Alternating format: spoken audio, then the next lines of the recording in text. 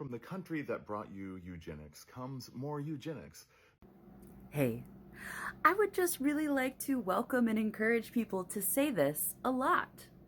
If you have friends and family members who go on about not vaccinating their children and avoiding Tylenol because it causes autism, you know what?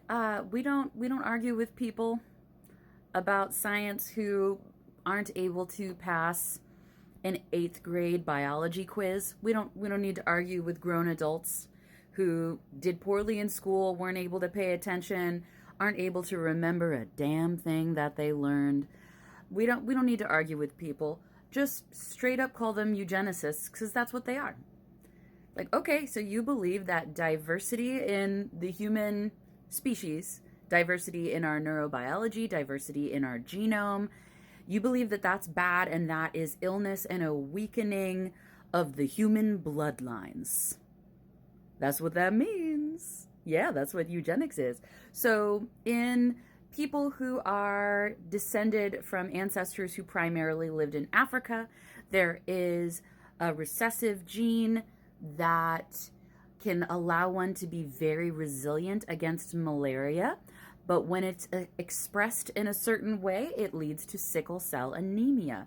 That is diversity in the human species. And sometimes that does indeed lead to some medical problems like sickle cell anemia, but also has allowed people to survive in mosquito infested environments where malaria is a real problem. Autism is just a form of neurodiversity. And people who are like, oh, you can't use the vaccines, you can't use Tylenol, it causes autism. So you wish that autistic people didn't exist because you believe that it is an illness that weakens the human species. You're a eugenicist. Oh, I didn't realize that you believe that swaths of the human population just shouldn't exist. You want to exterminate certain bloodlines. They want to exterminate bloodlines. That's what that is.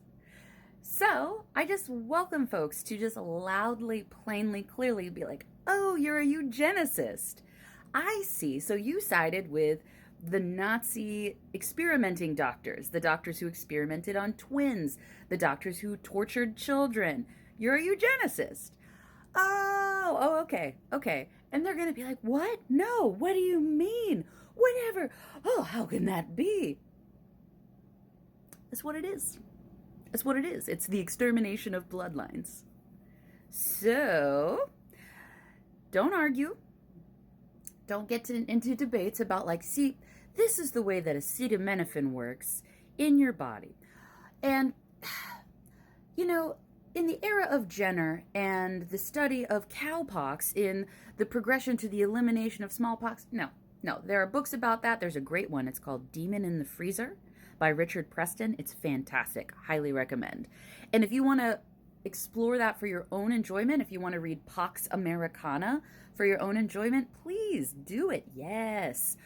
But in conversations in person, particularly in person, do this in person.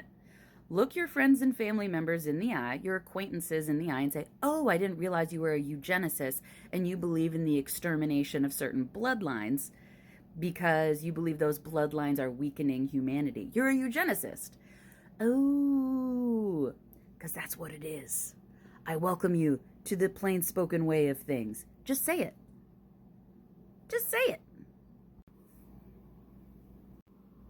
Make being a eugenicist socially unacceptable, horribly uncomfortable, and a point of contention. Fight about it. Make them hate you. They already do. Make them be outspoken about it. Don't hide it behind politeness. Don't be, oh, I don't want to alienate the people who want to exterminate bloodlines. What will that do for reaching across the aisle? We don't reach across the aisle with people who want to exterminate bloodlines. Call them the eugenicists that they are. Say it out loud. Let them fight. Let them get mad. Let them want to yell at you about it. Good. Call out the eugenicists. Make it plain and clear. quit trying to be polite about stuff.